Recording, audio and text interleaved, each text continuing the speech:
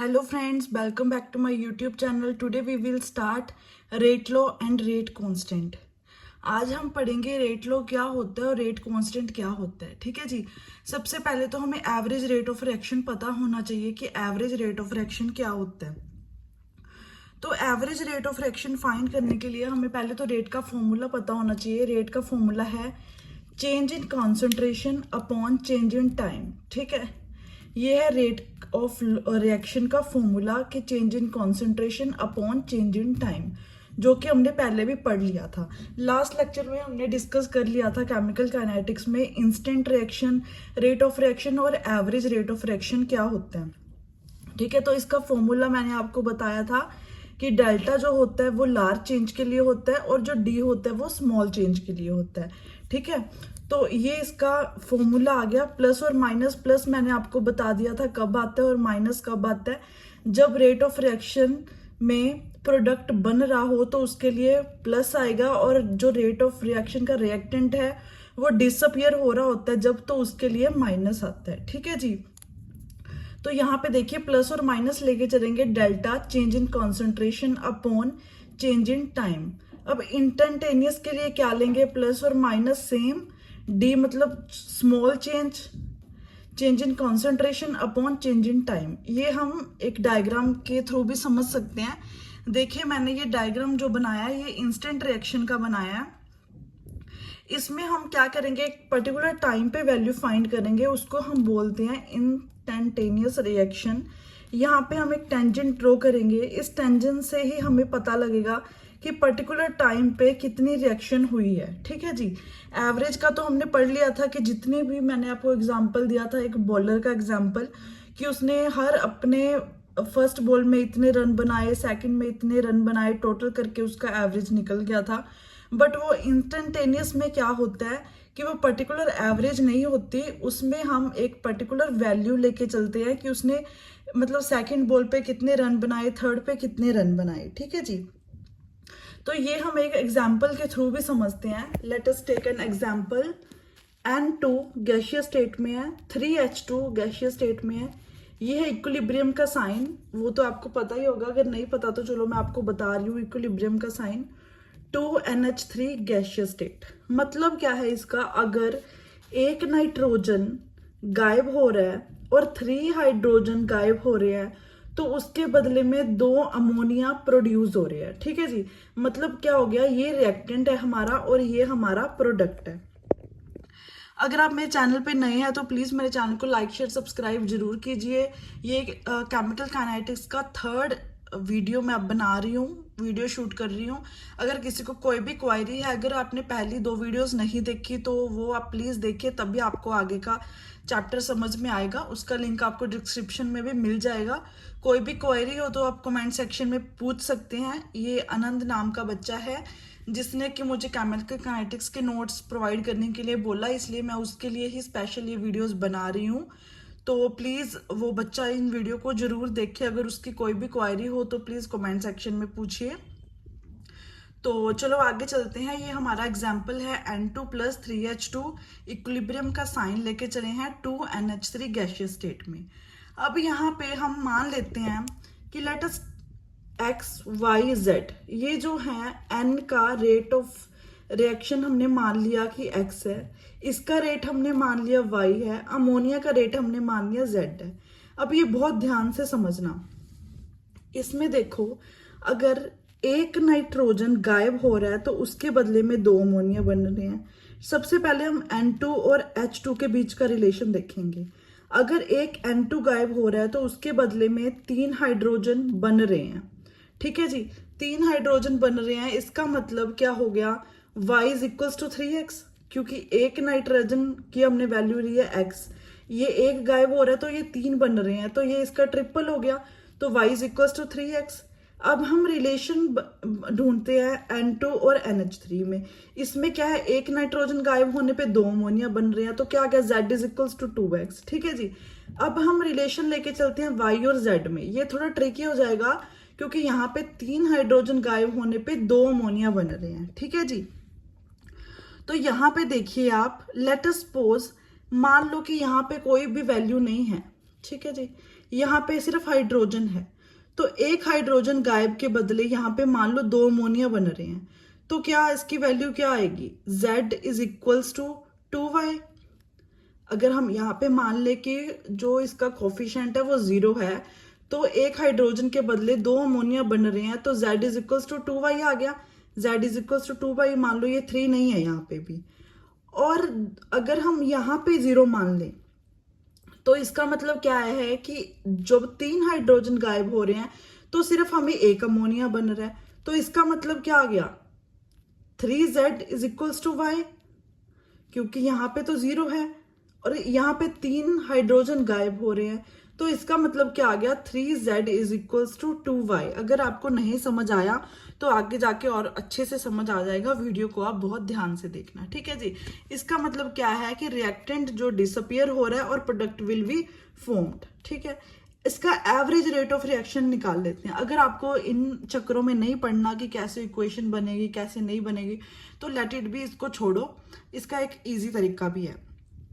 यहाँ पे देखो क्या है, एवरेज रेट ऑफ रिएक्शन हम ऐसे भी लेके चल सकते हैं, माइनस, यहाँ पे माइनस का साइन क्यों आया है, कोई बता सकता है? अगर आपको पता है तो वेल एंड गुड, अगर नहीं पता तो देखिए यहाँ पे माइनस का साइन इसलिए आया है क्योंकि ये रिएक्टेंट है और रिएक्टेंट डिसअपियर हो रहा है, ठीक है जी। माइनस यहाँ पे क्या गया, N2 upon time, concentration upon time, change in concentration upon time, ये भी क्या है, रिएक्टेंट का है, तो क्या आ गया, कोफिशिएंट नीचे आते रहेंगे। ये माइनस, इसका कोफिशिएंट 1 था तो 1 लग गया, इसका कोफिशिएंट क्या है 3, तो -1/3 delta H2 upon delta T, ठीक है जी। अब यहाँ पे क्या आएगा, प्लस का sign, plus half delta NH3 upon delta T, यहाँ पे भी डेल्टा आएगा जो मैंने यहाँ पे लगाया नहीं, चलो मैं अब लगा देती हूँ डेल्टा, डेल्टा, ठीक है जी। तो यहाँ पे देखिए हमने इसको x माना था, -x इज इक्वल्स टू, इसको हमने y माना था -1/3y इज इक्वल्स टू, इसको हमने z माना था तो प्लस हाफ z। तो ये वही इक्वेशंस बन जाएंगी जो कि हमने ऊपर बनाई थी। तो चाहे आप ऐसे बना लो, अगर आपको ऐसे डिफिकल्ट लगता है, नहीं समझ में आ रहा, तो आप ऐसे भी बना सकते हैं। ये बहुत ही इजी फंडा है, जो भी इसका कोफिशिएंट होगा उसको नीचे लगाना है, दैट्स इट। तो आपकी ये इक्वेशन रेडी हो जाएगी। तो इसका जनरल फॉर्मूला भी पढ़ लेते हैं। इसका जनरल फॉर्मूला देखिए, ए मतलब एक छोटा ए जिसका कोफिशिएंट है ए, बड़े ए का कोफिशिएंट ए, बी का छोटा बी, सी और डी। तो एवरेज रेट हमने पता है कैसे निकलता है, रिएक्टेंट की तरफ माइनस लगेगा, कोफिशिएंट अपॉन में आ जाएंगे, ठीक है जी। रेट ऑफ रिएक्शन मतलब R A R B is equals to, सारे ये सी और डी क्या है, प्रोडक्ट है, तो इसलिए प्लस का साइन आ गया, कोफिशिएंट्स नीचे आ गए, और ये रेट ऑफ रिएक्शन सी का, रेट ऑफ रिएक्शन डी का, ये एक जनरल फॉर्मूला आ गया, ठीक है जी। अगर आपको ये नहीं समझ आता तो आप जनरल फॉर्मूला लेके भी चल सकते हो। ये हमारा हो गया एवरेज रेट ऑफ रिएक्शन। आगे हम पढ़ते हैं unit rate of reaction. Rate of reaction का यूनिट निकालना बहुत ही इजी है, और जब भी आप न्यूमेरिकल करोगे तो इसका यूनिट लिखना बहुत इंपॉर्टेंट है, वरना आपके मार्क्स कट जाएंगे। मान लो 3 मार्क्स का न्यूमेरिकल है, आपका न्यूमेरिकल बिल्कुल सही है, अगर आपने वहां पे यूनिट अप्लाई नहीं करा, यूनिट नहीं लिखा, तो आपका 1 मार्क तो यूनिट का कट ही जाएगा, ठीक है जी। तो कई बार क्या होता है, कोई भी हम कॉम्पिटिटिव एग्जाम दे रहे हैं या हमारा वाइवा चल रहा है, तो उसमें सिंपली यूनिट भी पूछा जाता है, तो इसलिए यूनिट पता होना बहुत इंपॉर्टेंट है। So let us take unit of rate of reaction. Rate क्या होता है हमें पता है, change in concentration upon change in time, ठीक है जी। तो चेंज इन कॉन्सेंट्रेशन के जो यूनिट्स है वो क्या होते हैं, मोल्स पर dm³, ठीक है जी, डेसीमीटर क्यूब हो गया इसका मतलब, और चेंज इन टाइम का मतलब ये सेकंड्स में हो गए इसके यूनिट। तो अगर हम इसको, ये यूनिट जो होते हैं वो मोलैरिटी के भी होते हैं, तो इसलिए हम इसको मोलैरिटी पर सेकंड भी लिख सकते हैं, या फिर इसको मोल डेसीमीटर ये वाला और सेकंड इसके ऊपर आ जाएगा, ऐसे भी लिख सकते हैं, ठीक है। हम कैसे भी लिख सकते हैं। तो हम एक न्यूमेरिकल लेके चलते हैं इसका, जो हमने पीछे रेट लॉ ऑफ रिएक्शन पढ़ा है उसका न्यूमेरिकल देखिए। न्यूमेरिकल एग्जाम में आता ही आता है, ये बहुत इंपॉर्टेंट है, तो टेंशन की कोई बात नहीं है, बहुत आराम से समझेंगे।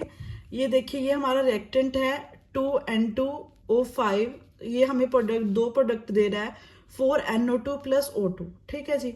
तो हमें वो इक्वेशंस बनाने की जरूरत नहीं है, क्योंकि वो बहुत ट्रिकी हो जाता है, हर बच्चे को नहीं समझ आता, तो डायरेक्टली हम कोफिशिएंट्स लेके चलेंगे। तो यहाँ पे देखिए rate of disappearance of N2O5, इसकी हमें वैल्यू गिवन है 0.02, ये है मोलैरिटी पर सेकंड। ठीक है जी, हमने फाइंड क्या करनी है, रेट ऑफ रिएक्शन फाइंड करना है NO2 का, R मतलब रेट ऑफ रिएक्शन O2 का, और rate of reaction total find करना है। तो हमें मतलब रिएक्टेंट की रेट ऑफ डिसअपियरेंस मतलब रिएक्टेंट का हमने रेट ऑफ रिएक्शन पता है, बाकी प्रोडक्ट का और टोटल रेट ऑफ रिएक्शन हमने फाइंड करना है।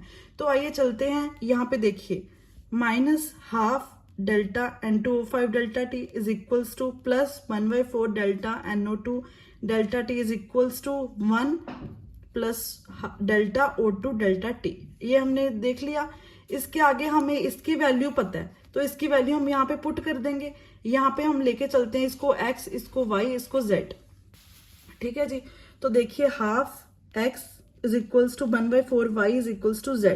ठीक है जी, तो -12 इज इक्वल्स टू 0.02 x की वैल्यू हमें गिवन थी, और यहाँ से हमारी दो इक्वेशंस बन गई। मतलब हम y भी फाइंड कर सकते हैं और z भी फाइंड कर सकते हैं। जब y फाइंड करा तो क्या आ गया 0.04 मोलैरिटी पर सेकंड, और z की वैल्यू क्या आ गई 0.01 मोलैरिटी पर सेकंड। अब यहाँ पे हम इसको प्लस में ही लेके चलेंगे, क्यों? क्योंकि ये प्रोडक्ट है। अगर रिएक्टेंट होता तो हम इसको माइनस में लेके चलते, अब ये क्या है, प्रोडक्ट है, इसलिए हम इसको प्लस में लेके चलेंगे, क्योंकि हमें पता है प्रोडक्ट बन रहा है, डिसअपियर नहीं हो रहा, प्रोडक्ट की फॉर्मेशन हो रही है। जब भी प्रोडक्ट की फॉर्मेशन होती है तो हमें पता है प्लस का साइन आता है। ठीक है जी, रेट ऑफ रिएक्शन कैसे फाइंड करेंगे? अब रेट ऑफ रिएक्शन क्या है, ½ x मतलब ये वाला ½ x हमें पता है, x की वैल्यू हमें पता है, तो यहाँ पे x की वैल्यू पुट ऑन करेंगे, क्या है 0.02, 2 से 2 कैंसिल हो गया, तो इसकी वैल्यू क्या आ गई 0.01 ms मतलब मोलैरिटी पर सेकंड। यूनिट्स अप्लाई करना बहुत ही इंपॉर्टेंट है, इसको कभी भी भूलना मत। ठीक है जी, तो ये हमारा था आज का topic, rate of reaction. Rate of reaction हमने पढ़ लिया है। नेक्स्ट टॉपिक में हम पढ़ेंगे रेट कांस्टेंट क्या होता है, एलिमेंट्री रिएक्शंस क्या होती हैं, ये सारा कुछ हम नेक्स्ट वीडियो में पढ़ेंगे कि एलिमेंट्री रिएक्शन क्या होती है, कॉम्प्लेक्स रिएक्शन क्या होती है, रिएक्शन का ऑर्डर कैसे फाइंड करते हैं। ठीक है जी, रेट लॉ क्या होता है, मतलब ये तो हमने rate of average rate of reaction पढ़ ली, तो आगे जाके रेट लॉ की डेफिनेशन देखेंगे क्या होता है, रेट कांस्टेंट क्या होता है। जैसे जैसे हम आगे बढ़ेंगे वैसे वैसे आपको अच्छे से समझ आता रहेगा। अगर इस टॉपिक पे आपका कोई भी डाउट है तो प्लीज आप पूछ सकते हैं। नेक्स्ट हम शुरू करेंगे elementary reaction and complex reaction, उसका ऑर्डर फाइंड करेंगे। ये ऑर्डर्स आते हैं first order reaction, second order reaction, third order reaction. ठीक है, इसके ग्राफ पढ़ेंगे आगे जाके। बहुत अच्छा टॉपिक है ये, बहुत इंपॉर्टेंट टॉपिक है केमिस्ट्री के लिए। सो आज के लिए इतना ही। अगर किसी को कोई भी डाउट हो एवरेज रेट ऑफ रिएक्शन में तो वो मुझसे पूछ सकता है। Thank you so much. Next हम पढ़ेंगे, मैंने आपको बता दिया। अगर आप मेरे चैनल पे नए हैं तो प्लीज़ मेरे चैनल को लाइक शेयर सब्सक्राइब जरूर कीजिए। Thank you so much.